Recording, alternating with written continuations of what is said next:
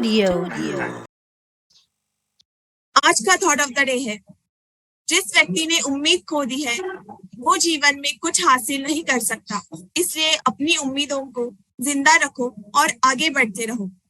चलिए सेशन की आगे सेशन की ओर बढ़ते हैं। तो अभी मैं इस मंच पे बुलाना चाहूंगी आज के हमारे स्पीकर को, जिन्होंने एजुकेशन में बीटेक इन केमिकल टेक्नोलॉजी की डिग्री प्राप्त करके उसके बाद 5 साल पेंट इंडस्ट्री में काम किया है। वहां पे वो manufacturing techniques, R&D and various technical services में कार्यरत थे। एक्सपीरियंस लेके उन्होंने ऑटोमोबाइल इंडस्ट्री ज्वाइन की।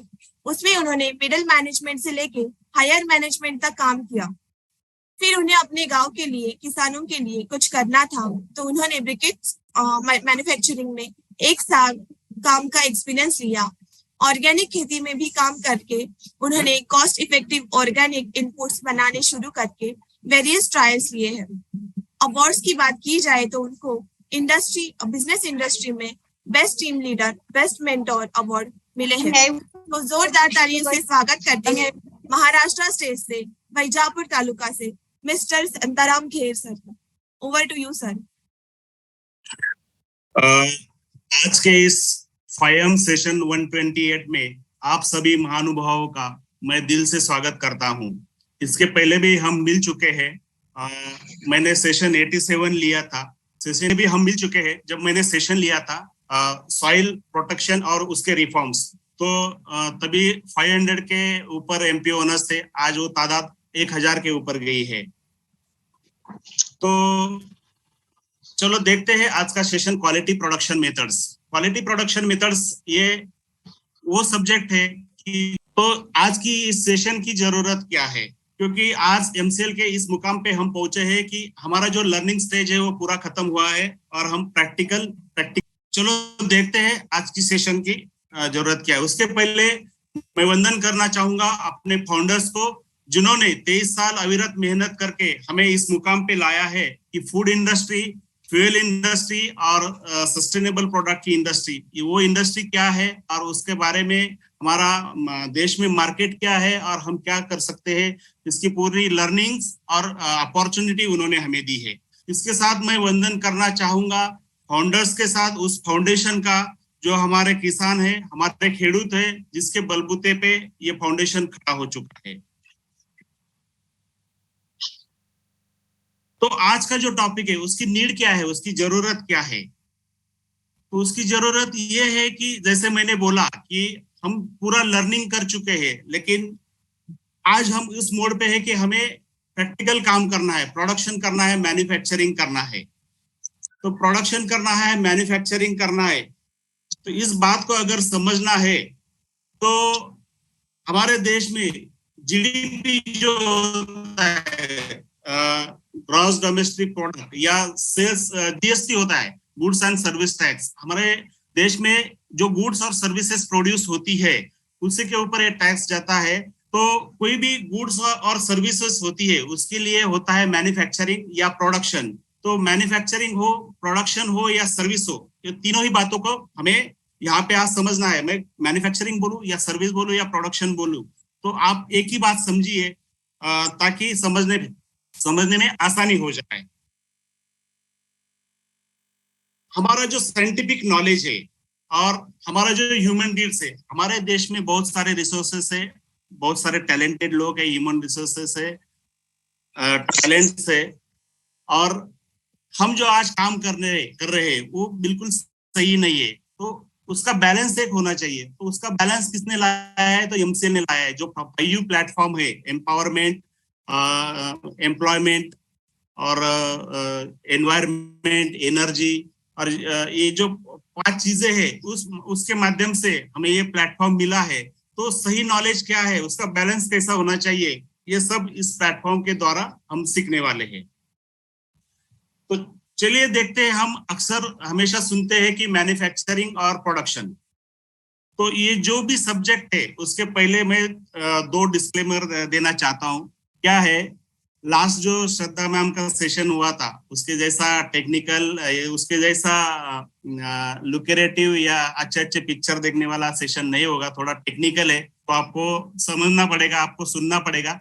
कान से मन मत सुनिए, मन से सुनिए। और दूसरा चीज है कि मेरा जो एक्सपीरियंस है आज तक का, उसको मैं रख रहा हूँ, ये मेरे पर्सनल थॉट है, लेकिन ये थॉट पर्सनल भी हो तो आपके बहुत काम के, सभी के एमसीएल के काम के है, क्योंकि हमें यही करना है, यही समझना है। अगर हमें मैन्युफैक्चरिंग में, प्रोडक्शन में जाना है तो ये सब जानना जरूरी है।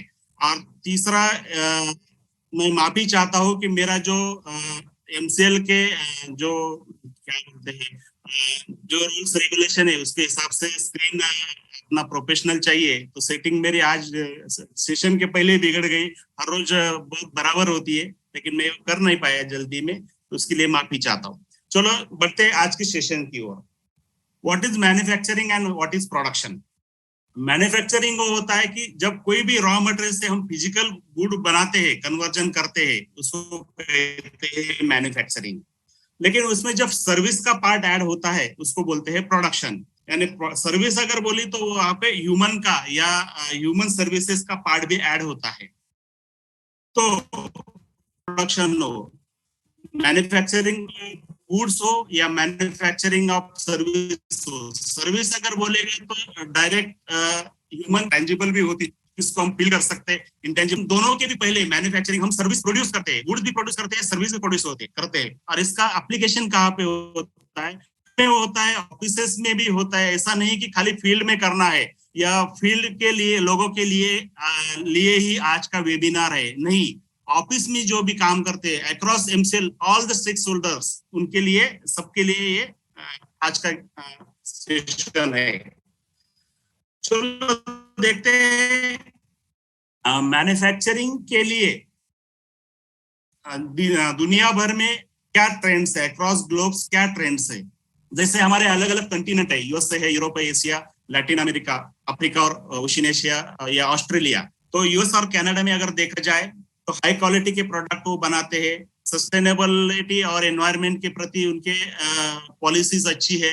यूरोप में देखा जाए तो हाई प्रिसीजन इंजीनियरिंग है, सेफ्टी और वेलफेयर, लोगों का जो वर्कर है, काम करने वाले, उनका सेफ्टी और वेलफेयर अच्छी तरह से देखा जाता है।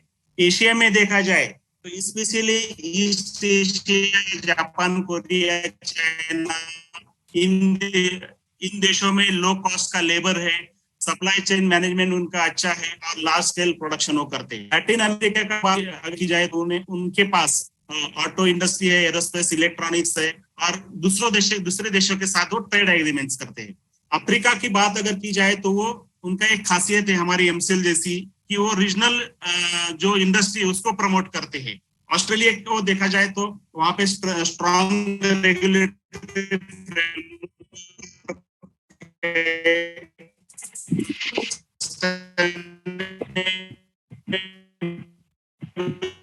टूवर्ड्स एनवायरमेंट है। तो अगर देखा जाए हमारे लिए एमसीएल का, हम स्ट्रिक्ट रेगुलेशन ले सकते हैं और अफ्रीका का विचार ले सकते हैं, ताकि हम सस्टेनेबिलिटी की ओर अच्छी तरह बढ़ जाए। उसके बाद अगर हम देखते हैं कि स्ट्रैटेजी कैसे बनाई जाती है, मैन्युफैक्चरिंग स्ट्रैटेजी अक्रॉस ग्लोब क्या होती है, किस इंडस्ट्री में किस तरह से प्रोडक्शन में जाना है। बहुत सारे लोग आउटसोर्सिंग करते हैं, जैसे ऑटोमोबाइल इंडस्ट्री में सभी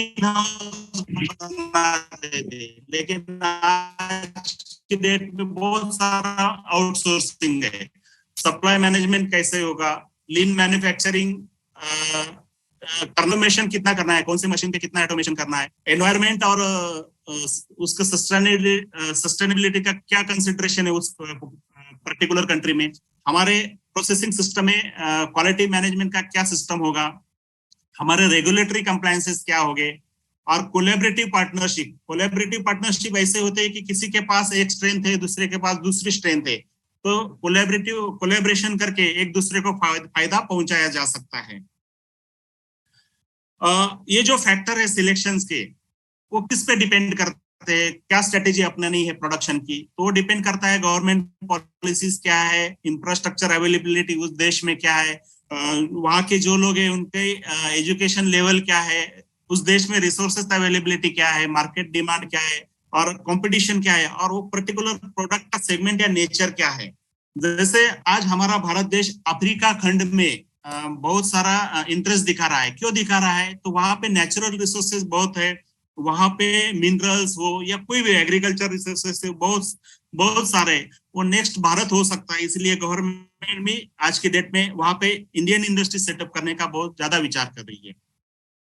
तो कोई भी मैन्युफैक्चरिंग प्रोसेस हो या सर्विस प्रोसेस हो, कोई भी हो, जैसे मैंने बोला कि सर्विस या मैन्युफैक्चरिंग हो, उसको आप एक ही कंसिडर कीजिए आज की डेट के लिए समझने के लिए। तो कुछ भी काम करना है तो हमें क्या करना है कि डिजाइन ऑप्टिमाइजेशन करना पड़ता है। कोई भी हम डिजाइन कर रहे हैं काम की या प्रोसेस की, उसके लिए रॉ मटेरियल क्या लेंगे, रिस्पॉन्सिबिलिटी किसकी होगी, प्रोसेस का डॉक्यूमेंटेशन कौन करेगा, रिकॉर्ड कैसे रखा जाएगा, लोगों को ट्रेनिंग कैसे दी जाएगी, अगर गुड्स प्रोड्यूस होते हैं तो स्टोर कहाँ किया जाएगा, या ऑफिस में कोई डॉक्यूमेंटेशन है तो उसका रख रखाव कैसे किया जाएगा, और उसका रिव्यू कैसे होगा। हम जो भी सिस्टम करते हैं, सेटअप करते हैं, उसका रिव्यू लेना बहुत जरूरी है, तभी हमारा प्रोग्रेस क्या है वो समझ में आता है। सस्टेनेबल मैन्युफैक्चरिंग, सस्टेनेबल मैन्युफैक्चरिंग का अगर विचार किया जाए तो ये सारे एलिमेंट होते हैं सस्टेनेबल मैन्युफैक्चरिंग की। जैसे मैन्युफैक्चरिंग कॉस्ट क्या होगा, एनर्जी कंजम्पशन क्या होगा, वेस्ट मैनेजमेंट, उसका सेफ्टी फीचर्स क्या होगा, पर्सनल हाइजीन एंड हेल्थ क्या होगा, एनवायरमेंट का इम्पैक्ट क्या होगा, उसके लिए क्या करना होगा। डिफरेंट डिफरेंट टाइप के मैन्युफैक्चरिंग टेक्निक्स होते हैं या प्रोसेसेस होते हैं, सिस्टम्स होते हैं। उसमें डिस्क्रीट मैन्युफैक्चरिंग यानी एक ही कंपोनेंट एक स्पेशलाइज होता है, वो बनाया जाता है। रिपीटेटिव मैन्युफैक्चरिंग भी उस कंपोनेंट की में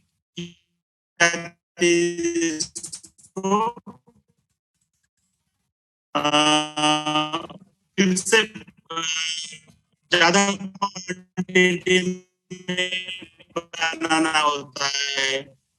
जॉब मैन्युफैक्चरिंग में मास कस्टमाइजेशन होता है। जैसे हमारे चिप्स के पैकेट हम देखते हैं, छोटे छोटे पैकेट, बिस्किट पैकेट देते हैं, उसको मास मास प्रोसेस की या फैसिलिटी की लिमिटेशन होता है। जैसे पेंट मैन्युफैक्चरिंग में बैचेस में किया जाता है। कंटिन्यूअस मैन्युफैक्चरिंग भी होता है डिपेंडेंट ऑन द प्रोडक्ट। और एडिटिव मैन्युफैक्चरिंग एक नया टेक्निक है। जैसे 3D प्रिंटिंग से आजकल घर बनाए जाते हैं, वस्तु बनाया जाता है, उसको बोलते हैं एडिटिव मैन्युफैक्चरिंग। ये टेक्निक्स जो भी है, टाइप मोटिव है, इंडस्ट्री लाइफ साइंसेस की है, फूड एंड फार्मास्यूटिकल है, उस टाइप ऑफ इंडस्ट्री पे डिपेंड करता है कि कैसे आप लोगों को स्ट्रेटेजी लानी है। हमारे जो प्रोसेसेस है मैन्युफैक्चरिंग के, गुड, मैंने जैसे सेशन के शुरुआत में बोला है कि quality manufacturing of services and goods, तो उसके लिए कुछ बातें हम ध्यान में पहले लेंगे कि प्लानिंग प्रोजेक्ट कोई भी हो, छोटा हो या बड़ा, उसका प्लानिंग कैसे किया जाता है। प्लानिंग करते समय उसका स्कोप क्या होता है वो देखा जाता है, कॉस्ट क्या होती है, क्वालिटी क्या रिक्वायरमेंट है, टाइम का क्या लिमिट है, बजट क्या है, और हमारा प्रोक्योरमेंट प्लान क्या है। तो कोई भी, हमें ऑफिस मैनेजमेंट हो या प्रोजेक्ट मैनेजमेंट हो, छोटा हो या बड़ा हो, छोटी सा एक प्रोजेक्ट करना है या बड़ी इंडस्ट्री लगाना है, तो हमें ये डॉक्यूमेंटेशन बहुत जरूरी होता है। जैसे कि जो भी फैक्टर्स है उसमें ये सब कंसिडर करने पड़ते हैं। उसके बाद एक प्रॉपर प्लान होता है, मंथ वाइज या डे वाइज या वीक वाइज, उसको फॉलो किया जाता है। उसकी जो भी डेली एक्टिविटीज है वो मेजर की जाती है, और उसमें कुछ इश्यू आता है तो वो रिजॉल्व कैसे करना है उसका भी पूरा प्लान होता है। उसके बाद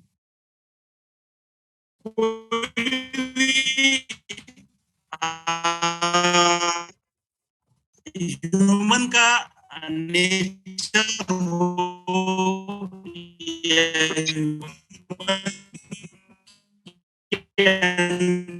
अंडरस्टैंडिंग ऐसी है कि उसको पिक्चर में ज्यादा समझ में आता है, रादर देन बड़ा बड़ा राइटिंग हो तो किसी की भी पढ़ने की इच्छा नहीं होती है। तो होता है, जैसे लाइन ग्राफ होते हैं या पाई ग्राफ होते हैं, उसको डो ग्राफ भी बोलते हैं, बार्स होते हैं, क्या बोलते हैं उसको, अपना ये जो डिफरेंट डिफरेंट अपना जो भी क्वांटिटीज है उसको बार के फॉर्म में रिप्रेजेंट किया जाता है। डिफरेंट डिफरेंट एलिमेंट्स की वो भी रिप्रेजेंट की जाती है।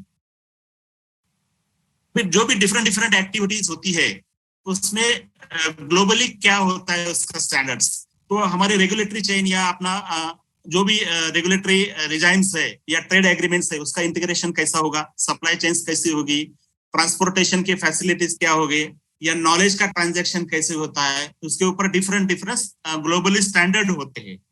क्या होते हैं स्टैंडर्ड? अगर कोई भी मैन्युफैक्चरिंग इंडस्ट्री में जाओ, कुछ भी करो, ऑफिस हो या मैन्युफैक्चरिंग हो, ग्लोबल लेवल पे उसके स्टैंडर्ड्स होते हैं, डिफरेंट डिफरेंट स्टैंडर्ड्स होते हैं। वो स्टैंडर्ड अगर देखा जाए तो हमें वो समझने की जरूरत है, हम फ्यूचर में हमें इनका कंप्लायंस करना है। मैन्युफैक्चरिंग पड़ेगा। मैन्युफैक्चरिंग में बेसिकली स्टैंडर्ड देखे जाए तो क्वालिटी के स्टैंडर्ड्स होते हैं, सेफ्टी एंड हाइजीन के स्टैंडर्ड होते हैं और एनवायरमेंट के स्टैंडर्ड होते हैं। अलग भी दूसरे दूसरे अलग अलग स्टैंडर्ड्स होते हैं जो हमें समझने की जरूरत है। इस सारी चीजों का अगर सेशन लिया जाए तो बहुत दिनों की ट्रेनिंग भी हो सकती है, लेकिन हमें खाली एक ग्लिम्पसेस देखने हैं इसके। उसके साथ मैन्युफैक्चरिंग में बहुत जरूरी पार्ट होता है कि ह्यूमन रिसोर्स की ट्रेनिंग क्या है। ह्यूमन रिसोर्स की ट्रेनिंग एक इंपॉर्टेंट पार्ट होता है, जैसे हमारे आजकल एमकोल में भी ट्रेनिंग दिया जा रहा है डिफरेंट डिफरेंट जगह पे, क्योंकि डिफरेंट डिफरेंट स्किल सेट्स होते हैं और स्किल सेट्स में मल्टी स्किलिंग जो है वो भी बहुत इंपॉर्टेंट होता है। अभी अपना जो मेन प्रोसेस है आज का जो टॉपिक है उसके ऊपर आते, different manufacturing process across industry. Manufacturing जैसे मैंने बोला, सर्विस देने के लिए भी प्रोसेस का सर्विस का मैन्युफैक्चर होता है, प्रोडक्ट बनाने के लिए भी मैन्युफैक्चरिंग होता है। तो मेरे जो परसेप्शन से मैंने यहाँ पे जो 8 प्रोसेस लिखी है, दुनिया भर में और भी बहुत सारे 20-25 प्रोसेसेस हो सकती है, लेकिन इन 8 प्रोसेसेस में मैंने जो भी बेसिक एलिमेंट्स से बेसिक फीचर्स है मैन्युफैक्चरिंग के वो सारे कवर किए हैं। और बाकी की जो प्रोसेस है वो सब ओवरलैप होती है, एक दूसरे से ओवरलैप होती है, कुछ चीजें इंडस्ट्री के हिसाब से बदलती है। तो चलिए देखते हैं एक एक करके। पहला प्रोसेस है या पहली मेथोडोलॉजी है कार्य पद्धति SQDCME विथ SDT। ये कार्य पद्धति टाटा मोटर्स में अवलंबित की जाती है, पहले भी की जाती है, उसके साथ नई टेक्नोलॉजी भी वहां पे आई है। SQDC में क्या है? Safety, quality, delivery, cost, moral and environment with SDT। SDT क्या है?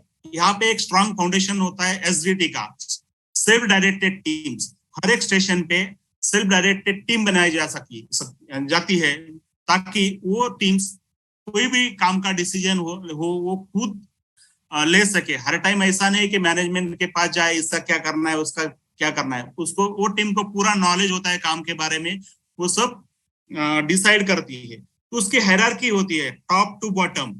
टॉप टू बॉटम में सब अलग अलग लेवल पे अलग अलग रिस्पॉन्सिबिलिटी होती है, और इस रिस्पॉन्सिबिलिटी के साथ हर एक टीम को इवॉल्व किया जाता है, ट्रेनिंग देके अगले अगले अगले प्लेटफॉर्म पे लेके लिया जाता है। तो उसका एलिमेंट्स क्या होते हैं? Customer focus, improving services, innovation culture में प्रोडक्टिविटी इंक्रीज करना और बिजनेस को एक कॉम्पिटिटिव एज देना। ऐसे बोर्ड डिस्प्ले होते हैं। हमें भी हमारे फैसिलिटी जो भी है, MCNG के हो या एमकोल के, हमें ऐसे बोर्ड्स डिस्प्ले करना होगा depending on the industry. Oil industry हो या प्रोडक्शन हो या फूड या मैन्युफैक्चर, फूड या फार्मास्यूटिकल हो, में हिसाब से प्रोसेस बनाई जाती है और उसके जो भी पैरामीटर्स है उनको ट्रैक किया जाता है। उसके बाद है डेली वर्क मैनेजमेंट। जो सेकंड मिशन है उसको टॉप टू बॉटम कैस्केड किया जाता है, यानी जनरल मैनेजर से लेके नीचे ऑपरेटर तक उसको कैस्केड किया जाता है। हर दिन सुबह और शाम की मीटिंग होती है। उस मीटिंग में ये सारे जो कंपोनेंट है, इसके 9 एलिमेंट्स, क्या 9 एलिमेंट्स है?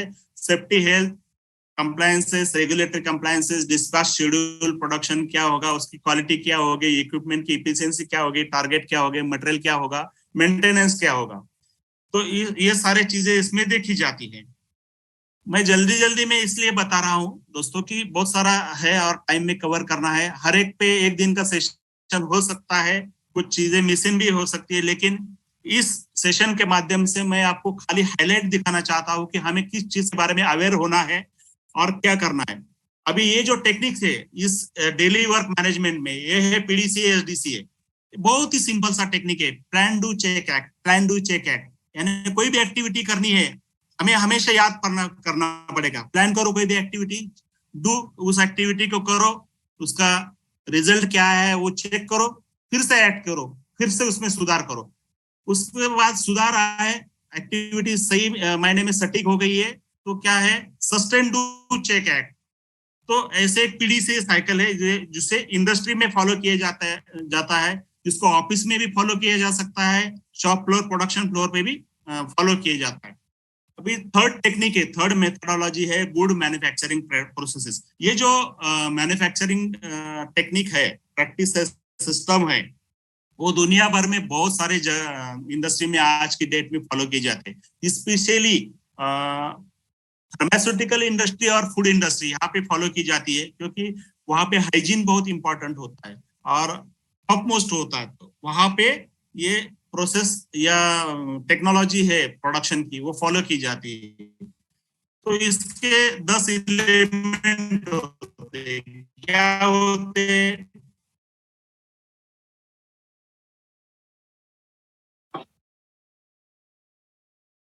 कोई भी हमें काम करना है उसका प्रोसीजर लिखो और प्रोसीजर को वैलिडेट करो। ऐसे करके लास्ट बहुत सारा है, तो आपको भी प्रेजेंटेशन इसके बाद में भेजा जाएगा या आप नेट पे सर्च कर सकते हैं। जेएमपी गुड मैन्युफैक्चरिंग प्रैक्टिस में 5P इंपॉर्टेंट होते हैं। क्या होते हैं? People, products, processes, procedures, premises. ये 5 चीजें इसमें कंसीडर की जाती है और इन 5 चीजों के ऊपर जो भी केयर लेना है, जो भी प्रोसेसेस डेवलप करने हैं, इन 5 चीजों के ऊपर किए जाते हैं।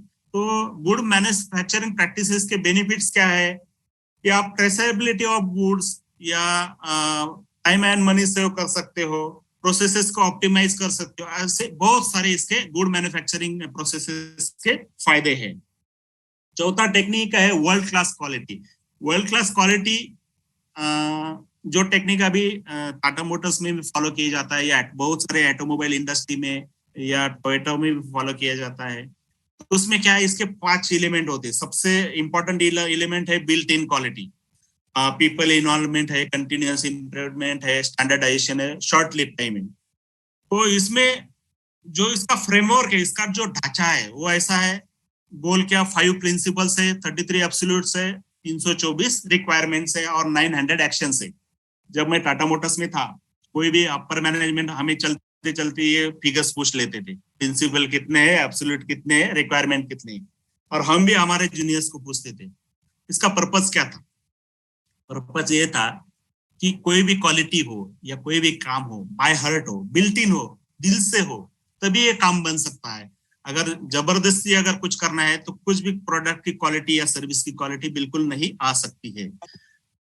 तो ये देखिए, ऐसे चार्ट भी कंपनी में लगाए जाते हैं। जो अपना आज का विजन मिशन है, जो आपका काम है, वो विजन मिशन से जुड़ना चाहिए। वो लक्ष्य उस तरह का होना चाहिए, प्रोसेसेस उस तरह का होने चाहिए कि हमारे लक्ष्य तक जाए। तो ऐसे ग्राफ्स होते हैं, चार्ट्स होते हैं। हम आज के डेट में कहाँ पे, जैसे टोयोटा आज BIQ बिल्ट इन क्वालिटी के एक चौथे चरण पे है और उनको और आगे जाना है।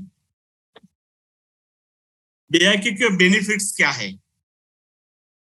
तो BIQ के बेनिफिट्स है to bring the processes from good to best. इसमें लीड टाइम कम किया जा सकता है, आउटसोर्सिंग अच्छी तरह से किया जा सकता है, कस्टमर एक्सपेक्टेशन को अच्छी तरह मीट किया जा सकता है और बिजनेस परफॉर्मेंस अच्छा दिया जा सकता है। उसके बाद है TPM। ये TPM total productive maintenance, preventive तरीके से सभी मशीन, सभी एम्प्लॉइज या सभी जो सपोर्टिंग सिस्टम है, उनको प्रोडक्शन के लिए प्रिवेंटिवली कैसे रेडी किया जा सकता है, ये इसमें देखा जाता है। उसको बोलते हैं टोटल प्रोडक्टिव मेंटेनेंस। ये जापानीज टेक्निक है। उसमें 5S एक इंपॉर्टेंट फैक्टर है या एलिमेंट है। क्या होता है? कोई समझो हमें हाउसकीपिंग करनी है, तो हाउसकीपिंग करनी है तो क्या करना पड़ेगा? पहले सॉर्ट करना पड़ेगा, उसको ऑर्डर में लाना पड़ेगा, उसको शाइन करना पड़ेगा यानी नेमिंग देना पड़ेगा, फिर उसको स्टैंडर्डाइज करना पड़ेगा और सस्टेन करने पड़ेगा। तो हम जब काम करते थे, हम ऐसा नहीं बोलते थे कि हमें ये सब अच्छी तरीके से लगाना है। हम बोलते थे कि 5S करना है। हमें भी हमारे शॉप फ्लोर पे या हमारे ऑफिस में हमें 5S हमेशा याद रखना पड़ेगा। TPM के 8 पिलर होते हैं। जैसे मैंने पिछले सिस्टम में बोला कि डिफरेंट एलिमेंट होते हैं, वैसे भी इसके 8 एलिमेंट होते हैं। क्या होते हैं? फोकस इंप्रूवमेंट, ऑटोनोमस मेंटेनेंस से लेके administrative TPM, safety, health, training, education, ये सब चीजें उसमें आती है। उस 8 एलिमेंट के हिसाब से इसमें कार्य चलता है। तो उसके डायरेक्ट और इनडायरेक्ट बेनिफिट रहते हैं, जैसे रिडक्शन इन कस्टमर कंप्लेंट है, ये डायरेक्ट बेनिफिट हो गया। पोल्यूशन कंट्रोल, ये इनडायरेक्ट बेनिफिट हो गया। तो हमेशा इक्विपमेंट का अप टाइम रखना, प्रोसेसेस रेडी रखना, ये टेक्निक का बेनिफिट है। अगला टेक्निक है, अगला प्रोसेस है, अगली मेथडोलॉजी है टोटल क्वालिटी मैनेजमेंट, उसको बोलते हैं TQM। TQM के जो एलिमेंट है वो क्या है? फर्स्ट शॉट ओके बनाना, फर्स्ट टाइम जो भी काम करते हैं फर्स्ट टाइम वो ओके होना चाहिए, स्ट्रेटेजिक अप्रोच होना चाहिए, कस्टमर फोकस चाहिए, कंटिन्यूअसली इम्प्रूवमेंट होना चाहिए, और टीम वर्क बढ़िया होना चाहिए, एक दूसरे के लिए रिस्पेक्ट होना चाहिए। उसके भी 8 एलिमेंट्स है, डिफरेंट एलिमेंट है जो एक दूसरे के साथ इंटर रिलेटेड होते हैं। और वैसा देखा जाए तो सभी प्रोसेसेस और क्वालिटी और मैनेजमेंट, इनका इंटीग्रेशन यहाँ पे होता है। उसके बाद इसका इंपॉर्टेंट एलिमेंट है काइजन एंड काइजन। काइजन क्या होता है? काइजन ऑटोमोबाइल इंडस्ट्री में अगर जाओगे आप, या किसी भी इंडस्ट्री में, मैं ऑटोमोबाइल इंडस्ट्री से हूँ इसलिए बात कर रहा हूँ, लेकिन किसी भी इंडस्ट्री में आप जाओगे तो काइजन ये वर्ड हमेशा आपको सुनने को मिलेगा। काई और जेन, काई का मतलब है चेंज और जेन का मतलब है इन ए बेटर वे। काई जेन, जैसे मारुति की जेन गाड़ी देखी थी आपने, जेन यानी in a better way, transportation in a better way. काई मीन्स चेंज। तो काइजन की भी एक साइकिल होती है, उसमें डिफरेंट एलिमेंट होते हैं, आपको डिफाइन करना पड़ता है, उसके बाद स्टैंडर्डाइज करके एक एक स्टेप से आपको जाना पड़ता है, तभी जाके कोई इंप्रूवमेंट होती है। इंप्रूवमेंट क्या करना है, काइजन क्या करना है? सपोज आप ब्रिकेट बना रहे हो या पैलेट बना रहे हो, उसमें मॉइस्चर बहुत ज्यादा आ रहा है, तो उसमें काइजन करना है, चेंज इन ए बेटर वे लाना है। तो उसमें प्रॉब्लम डिफाइन करना पड़ेगा, उसके पॉसिबल सॉल्यूशंस क्या है, फिर किस वे से जाना है, और वो जाने के बाद सॉल्यूशन लाने के बाद सस्टेन कैसे करना है, ये सब चीजें इसमें आती है। ये काइजन एक टेक्निक है, जापानीज टेक्निक। उसके फायदे क्या है? तो बेटर प्रोसेस मैनेजमेंट हम कर सकते हैं, प्रोसेस इंप्रूवमेंट कर सकते हैं, और सबसे इंपॉर्टेंट है एम्प्लॉयमेंट के इन्वॉल्वमेंट के साथ कस्टमर फोकस हम रह सकते हैं। 7 टेक्निक है जो बोलते हैं लीन मैन्युफैक्चरिंग। लीन का अगर देखा जाए तो बहुत ही स्लिम या जमीन पे सोया हुआ, ऐसा क्यों बोलते हैं? क्योंकि इसमें जो वेस्ट एलिमिनेशन होता है, वो सब पूरा वेस्ट का एलिमिनेशन किया जाता है। ये टोयोटा प्रोडक्शन सिस्टम है, इसलिए मैंने उसको टेलर मेड सिस्टम कहा है। कोई भी इंडस्ट्री है तो वो टेलर मेड अपना सिस्टम बना सकता है। जैसे MCL है, MCL क्या है? पहली बार इस दुनिया में पहली बार ऐसा प्रोडक्ट लेके आ रही है कि जो काम दूसरे किसी ने नहीं किया, तो हमें जो भी प्रोसेसेस बनानी होगी, जो भी प्रोसेस फॉलो करनी होगी, हमारी टेलर मेड प्रोसेस होगी, 100% किसी की कॉपी नहीं होगी। उसके बाद है TMW, दी महिंद्रा वे। महिंद्रा ने भी अपनी एक टेलर मेड सिस्टम फॉर्म की है। पहले उनकी थी MQS, महिंद्रा क्वालिटी सिस्टम। पिछले 4-5 सालों में उन्होंने इम्प्रूवमेंट करके एक सिस्टम लाई है जिसका नाम है TMW, दी महिंद्रा वे। तो उसमें पीपल है, वैल्यूज है, कल्चर है, और उसके है एलिमेंट है कि टॉप एलिमेंट क्या होगा, टॉप मैनेजमेंट का स्ट्रेटेजी क्या होगा, डेली वर्क मैनेजमेंट क्या होगा, क्वालिटी की प्रोसेस क्या होगी, एम्प्लॉय इन्वॉल्वमेंट के लिए क्या होगा, HR ट्रेनिंग क्या कैसे दी जाएगी, उनके खुशी के लिए क्या प्रोग्राम किए जाएंगे, ये सब होते। जैसे मैं बताऊं, जब मैं महिंद्रा में था तो उन्होंने हर साल वो बहुत सारे रामोजी फिल्म सिटी में हमें लेके जाते थे। वहां पे बढ़िया सा मीटिंग होता था, कल्चरल प्रोग्राम होता था। वो एक एम्प्लॉय एंगेजमेंट का एक फैसेट था उनका। जैसे मैंने कहा कि लीन मैन्युफैक्चरिंग है, बहुत स्लिम होती है। क्यों स्लिम होती है? कि उसमें जो भी वेस्ट है वो सब इलिमिनेट किए जाते हैं। ये पॉइंट आप हमारे लिए समझना बहुत जरूरी है, ध्यान से देखिए आप। ये सब जो वेस्ट है डिफरेंट टाइप की वो एलिमिनेट की जाती है। अननेसेसरी ट्रांसपोर्टेशन नहीं होना चाहिए। जैसे हमें कहा गया है कि 5 किलोमीटर के अंदर हमारे एमकोल के सब ट्रांसपोर्टेशन होने चाहिए, या मटेरियल का रिसोर्सिंग होना चाहिए। हमें ओवर प्रोडक्शन भी नहीं करना है। ओवर प्रोडक्शन आज हम अगर करेंगे, ब्रिकेट्स बना के रखेंगे, तो सब पूरा मॉइस्चर पकड़ेगा, 2 महीने के बाद कुछ काम नहीं आएंगे, फिर वो कॉस्ट आपकी बढ़ जाएगी। अननेसेसरी मोशन, कोई भी हम काम करते हैं, हमारे इमोशंस अननेसेसरी नहीं होने चाहिए, ऑप्टिमम होनी चाहिए। हमें एक्सेस इन्वेंटरी भी नहीं रखना है, उसका बहुत सारा पैसे के मामले में भी नुकसान होगा, जगह के मामले में होगा। वेटिंग टाइम, कोई भी प्रोसेस है, एक पहला प्रोसेस फास्टर है, थर्ड प्रोसेस फास्टर है, बीच में का प्रोसेस अगर स्लो है तो तीनों का भी टाइम वेस्ट हो जाता है। इसलिए वेटिंग टाइम भी सभी प्रोसेस का सिंक्रोनाइज होना चाहिए। ओवर प्रोसेसिंग भी नहीं चाहिए, कोई भी मटेरियल है तो उसको बहुत ज्यादा ओवर प्रोसेसिंग करने की भी जरूरत हमारे प्रोसेस में नहीं होनी चाहिए। जैसे हमें पार्टिकल साइज अगर कम करना है समझो, तो हम ये भी कर सकते हैं कि डायरेक्ट फार्म से सोर्स करके वहां पे मैक्सिमम पार्टिकल साइज कैसा रिड्यूस की जाए, और हमारे यहाँ पे मटेरियल आने के बाद एक ही प्रोसेस करके उसको 3 mm to 4 mm 5 mm कैसे की जाए, वो हम देख सकते हैं। डिफेक्ट जो है, कम से कम डिफेक्ट चाहिए। और यूटिलाइज टैलेंट, हमारा जो भी टैलेंटेड फोर्स हो या वर्क फोर्स हो, उसका ऑप्टिमम यूटिलाइजेशन हमारा होना चाहिए। ये भी लीन मैन्युफैक्चरिंग में कानबान नाम का एक टेक्निक है। कानबान क्या है? जैसे मैंने पहले ही कहा कि ह्यूमन नेचर ऐसा है कि उसको पिक्चर में बहुत जल्दी समझ में आता है, तो ऐसे बोर्ड लगाए होते हैं। कानबान का मतलब है क्या सही करना है और क्या नहीं करना है, तो ऐसे बोर्ड लगाए जाते हैं हर एक प्रोसेस पे, हर एक स्टेशन पे ऐसे बोर्ड लगाए जाते हैं कि क्या काम हुआ है, क्या करना है और क्या नहीं हुआ है, और क्या सही है क्या गलत है। इसमें हमें इंडिकेशन मिलता है कि सही चीज सही समय पे हो जाए। उसके बाद जो लास्ट मैन्युफैक्चरिंग टेक्निक है वो ये है कि डिजिटल मैन्युफैक्चरिंग। डिजिटल मैन्युफैक्चरिंग ये जो टेक्निक है हमारी, उसमें बहुत सारी इंडस्ट्री आज की डेट में काम कर रही है। क्यों काम कर रही है? कि उसके बहुत सारे बेनिफिट्स है। उसके बेनिफिट्स अगर देखे जाए तो आगे हम देखेंगे बेनिफिट्स। ये क्यों है? क्योंकि हमारे पास बहुत सारी टेक्नोलॉजी आज के डेट में आई हुई है और उसका सब इंटीग्रेशन यहाँ पे किया है। अलग अलग टाइप के सॉफ्टवेयर हमारे पास अवेलेबल है, उसके हिसाब से कैटेगराइज है। जैसे MES, manufacturing education system, smart industry, industry 4 ये जो सॉफ्टवेयर है, ये तो आज के डेट में बहुत ट्रेंडिंग पे चल रहा है, जिसके थ्रू आज का डिजिटल मैन्युफैक्चरिंग हो रहा है। जैसे मैंने बोला कि मैंने यहाँ पे जो टेक्निक डेवलप की है, उसके अलावा भी बहुत सारी टेक्निक हो सकती है, परम्यूटेशन, कॉम्बिनेशन, अलग अलग इंडस्ट्री के हिसाब से।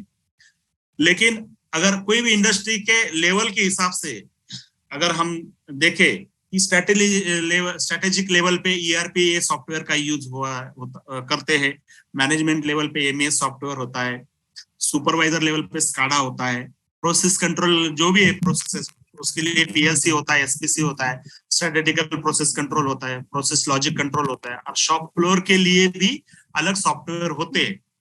तो डिफरेंट कैटेगरी है, उसको यहाँ पे इंटीग्रेट किया होता है। तो जैसे मैंने बोला कि इंडस्ट्री 4 बहुत ट्रेंडिंग पे चल रही है।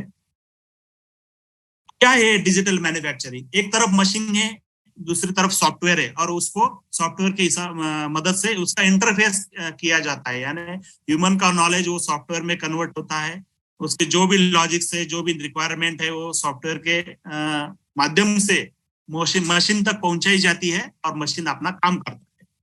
तो ये सब करने से क्या होता है? ये सब करने से बहुत ज्यादा फायदा होता है। क्या होता है? 3 से 5% तक हमारी प्रोडक्टिविटी बढ़ती है। मशीन का डाउन टाइम बहुत कम होता है। डाउन टाइम यानी मशीन समझो काफी मोटर जल गई या कोई पे ब्रेक डाउन हो गया किसी पार्ट का, वो नहीं होता है। टेक्निकल प्रोसेस, हर टाइम टेक्निकल एक्सपर्टाइज की जरूरत इसमें कम होती है, क्योंकि ऑलरेडी डाटा फीडेड होता है उसमें। इन्वेंटरी की कॉस्ट भी बहुत कम होती है। जैसे मैं गुडलास नेरोलैक में काम करता था, जब SAP आया था। SAP एक सॉफ्टवेयर है इन्वेंट्री मैनेजमेंट का, ERP बोलते हैं उसको, एंटरप्रेन्योर रिसोर्स प्लानिंग। तो वहां पे बहुत सारी शुरू में तो दिक्कत आई, लेकिन बाद में बहुत सारी इन्वेंट्री मैनेजमेंट होने लगा। आगे क्या प्लानिंग है, किस हिसाब से हमें बैच बनाने हैं, किस कस्टमर की क्या रिक्वायरमेंट है, तो वेस्टेज बहुत कम होता था और प्लानिंग करने में बहुत आसानी मिलती थी। मेंटेनेंस कॉस्ट भी कम होता है। मार्केट तक हम जो मटेरियल पहुंचाते हैं, या उसको जो लीड टाइम बोलते हैं वो भी कम होता है, सप्लाई की एक्यूरेसी होती है और क्वालिटी भी बहुत अच्छी तरह से इंप्रूव होती है। अभी एमसीएल के कॉन्टेक्स्ट में इस प्रोसेस का अगर विचार किया जाए आज की डेट में, तो थोड़ा सा दिक्कत वाली बात यह है कि हमारे पास वर्कफोर्स बहुत है, हमें सबको एम्प्लॉयमेंट देना है, तो हमारे पास विकल्प ये है कि बहुत सारे ह्यूमन रिसोर्सेस को ट्रेनिंग करो, उनको इसका नॉलेज भी दो, लेकिन ज्यादा से ज्यादा ह्यूमन रिसोर्सेस को हमें काम देना है। इस सिस्टम में, डिजिटल सिस्टम में ह्यूमन रिसोर्सेस का काम बहुत कम हो जाता है। दूसरा चीज है कि ये कैपिटल इंटेंसिव मेथोडोलॉजी है, इसमें कैपिटल इन्वेस्टमेंट बहुत ज्यादा है। आज की डेट में इतने ज्यादा कैपिटल इन्वेस्टमेंट करना वो भी हमारे लिए सही नहीं है, या परिस्थिति के हिसाब से हम उतना नहीं जा सकते हैं। मैंने आज ये जो 8 टेक्निक डिस्कस की है, ये डिफरेंट टेक्निक है, अपने इंडस्ट्री के हिसाब से हम इसको अप्लाई कर सकते हैं। बहुत सारे ट्रेनिंग इंस्टीट्यूट है या ऑर्गेनाइजेशन से इन हाउस अपने एम्प्लॉयज को पैकेज में ट्रेनिंग देती है। उसका एक एग्जांपल यहाँ पे है, डेली वर्क मैनेजमेंट हो या चेंज मैनेजमेंट हो, 5 के एक्सपर्ट हो, जैसे मैंने 5 आपको बताया, काइजन बताया, या टीपीएम हो, उसका ट्रेनिंग देके हम हमारे वर्कफोर्स को ट्रेन कर सकते हैं। हम जो भी मैन्युफैक्चरिंग कर रहे हैं, वो मेथोडोलॉजी जो भी है हमारी, वो सही है या गलत है, हम कैसे नापेंगे? कोई भी चीज का प्रमाण होता है नापने का, तो इसका प्रमाण है की इंडिकेटर्स या परफॉर्मेंस इंडिकेटर्स ऑफ मैन्युफैक्चरिंग, जैसे ओई में नापा जाता है। इसका भी एक डिस्प्ले बोर्ड होता है शॉप फ्लोर पे या ऑफिसेस में, जिसमें वही है ओवरऑल इक्विपमेंट इफिशिएंसी हो, साइकिल टाइम में हो, यानी पर यूनिट टाइम में हम कितना प्रोडक्शन करते हैं, एफएसओ के फर्स्ट शॉट होके कितना क्वांटिटी हम निकालते हैं, सीओपी की कॉस्ट ऑफ पुअर क्वालिटी, अगर पुअर क्वालिटी हमने प्रोड्यूस की तो उसकी भी एक कॉस्ट होती है, सीओपी की हमने कितनी कम की उसका भी एक परफॉर्मेंस इंडिकेटर होता है, पर डे हम कितना यूनिट्स का प्रोडक्शन करते हैं, मेंटेनेंस कितना करना पड़ता है, या बॉटलनेक प्रोसेस क्या है। बॉटलनेक प्रोसेस हमें भी बहुत समझना जरूरी है। जैसे हमें हमारे ब्रिकेट या पैलेट प्रोडक्शन में समझ लो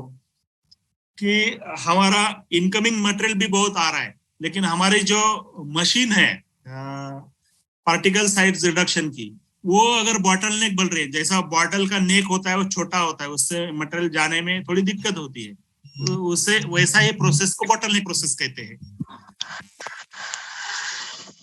तो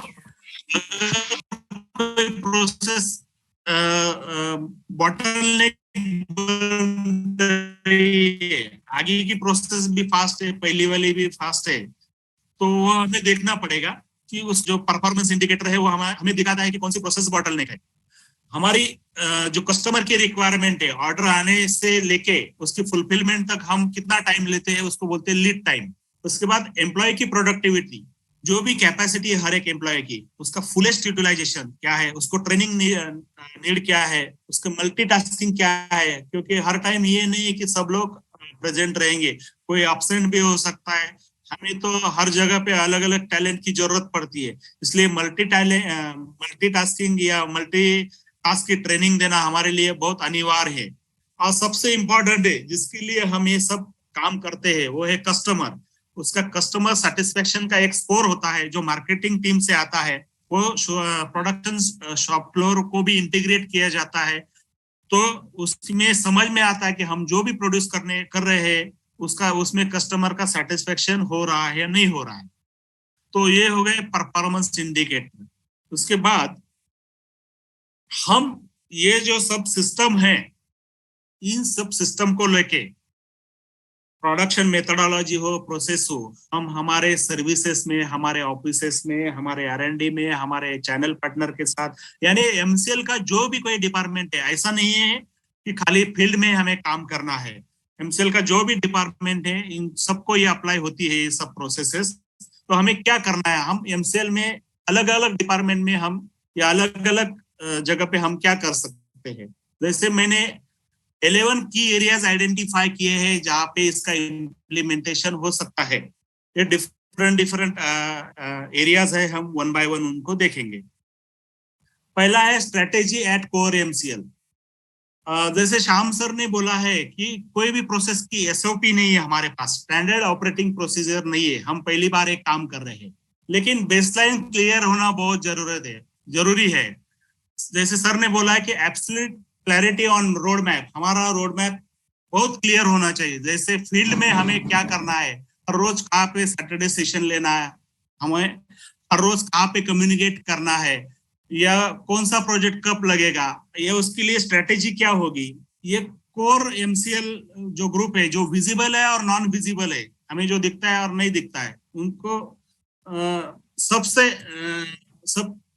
सब ने ये स्ट्रेटेजी डिसाइड करना चाहिए, वो आज की जरूरत है। उसके बाद है हमारे जो भी ऑफिसेस है, हर एक को ऐसा लगता है कि मैं ज्यादा काम कर रहा हूँ, ऐसा नहीं है। हर एक अपने अपने हिसाब से काम करते हैं, ऑफिस के लोग भी दिन रात काम करते हैं, फील्ड में भी काम करते हैं। तो इनके सिंक्रोनाइजेशन के लिए ऐसी प्रोसेसेस होनी चाहिए कि जो एक साथ काम में आ जाए।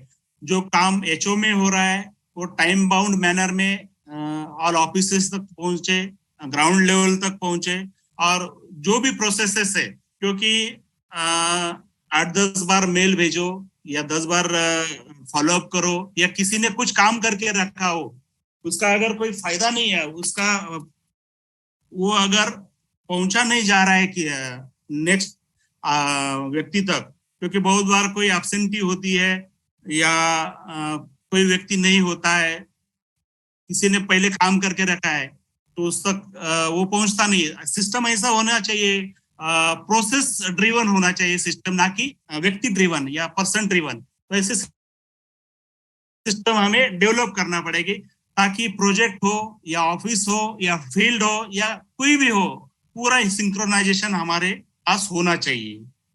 उसके बाद है नेक्स्ट की एरिया हमारा फार्म प्रोडक्शन। हमारे देश की जो भी कैपेबिलिटी है वो फार्म सेक्टर में है, ये सब जान चुके हैं, सरकार से लेके सब प्राइवेट से लेके समाज से लेके सब हम लोग जान रहे हैं कि हमारी कैपेबिलिटी क्या है। तो जैसे श्याम सर ने कहा है कि हमारी 4 सेक्टर है, जैसे प्राइमरी सेक्टर में फार्मिंग और माइनिंग आता है, सेकेंडरी में प्रोसेसिंग आता है, टर्शियरी में सर्विस आता है, फोर्थ में आता है इंटेलेक्चुअल्स।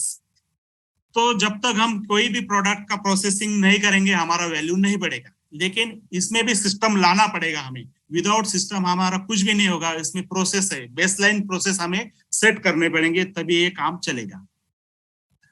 हमारी जो फ्यूल की फैक्ट्रीज है, बायोफ्यूल मैन्युफैक्चरिंग हो या जो भी हम सस्टेनेबल प्रोडक्ट भी बनाएंगे, छोटा हो या बड़ा हो, प्रोसेस के सिवा कुछ नहीं होता। जहां भी प्रोसेस है वहां पे काम होता है, प्रोसेस के बिना कुछ नहीं होता है। तो हमें ये समझने की जरूरत है कि ये हमारे ग्राउंड लेवल पे प्रोसेस क्या होगा, ऑफिस लेवल पे क्या होगा, हमारे बायोफ्यूल के जो भी प्लांट्स है कौन से टाइम बाउंड मैनर में कहाँ पे क्या लगेंगे, इसका रोड मैप सबके लिए, टॉप से लेके बॉटम तक। क्योंकि हम जानते हैं कि फील्ड में हमारे 10-15 हजार मेंबर्स है, हमें हर दिन उनको जवाब देना पड़ता है।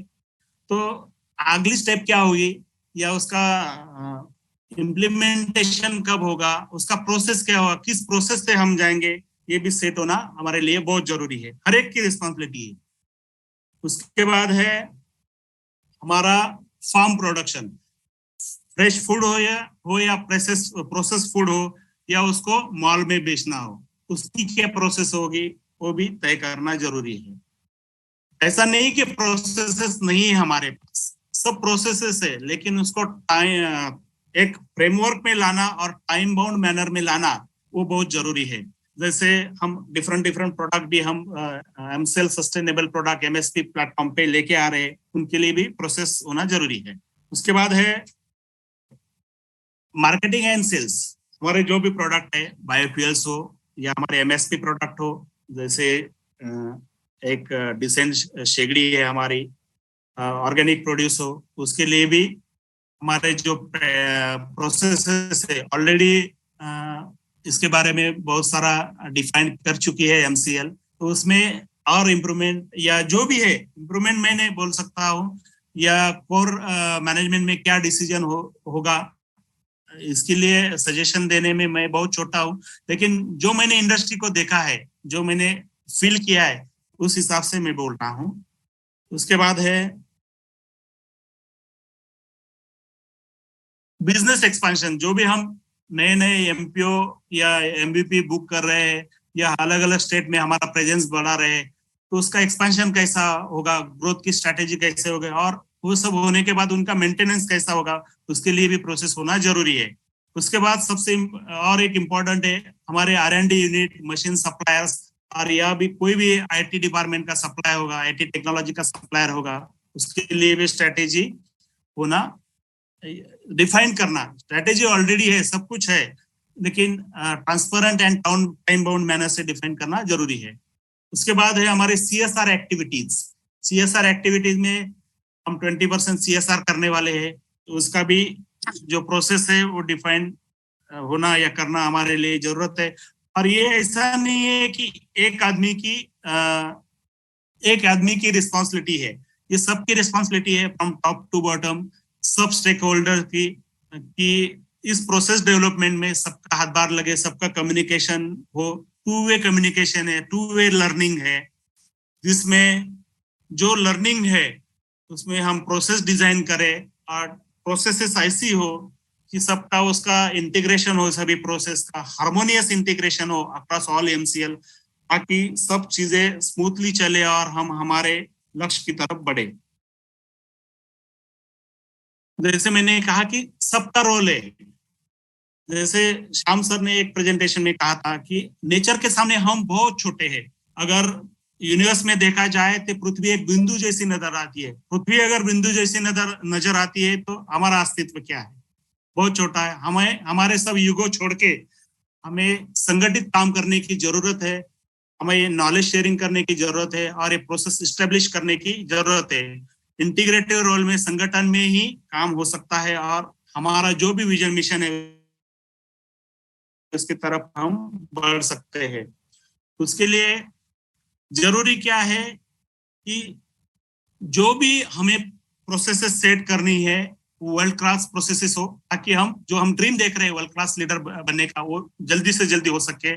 सस्टेनेबिलिटी, स्टेबिलिटी और इंटीग्रिटी, जिसको सस्टेन हम शॉर्ट में बोलेंगे, वो हमारा MCL का बेसिक नींव है।